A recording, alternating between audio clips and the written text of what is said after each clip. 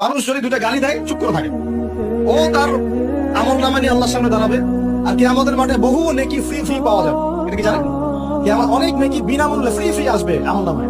কেন আসবে বলি হাদিসটা।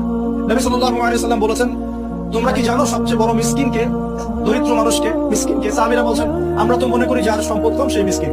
নবীজি বলছেন, না, প্রকৃত মিসকিন সে ব্যক্তি নয়। প্রকৃত মিসকিন সে ব্যক্তি যে কিয়ামতের মাঠে উঠবে উহুদ পাহাড়ের সমান নেকি নিয়ে উঠবে। উহুদ পাহাড় দেখেছেন তো? বিশাল পাহাড়। উহুদ পাহাড়ের সমান নেকি নিয়ে উঠবে। নামাজের নেকি, যাকাতের নেকি, হজের নেকি, ওমরার নেকি, বিভিন্ন নেকি। কিন্তু দেখবে সামনে বহু মানুষ দাঁড়িয়ে আছে। কেন দাঁড়িয়ে আছে?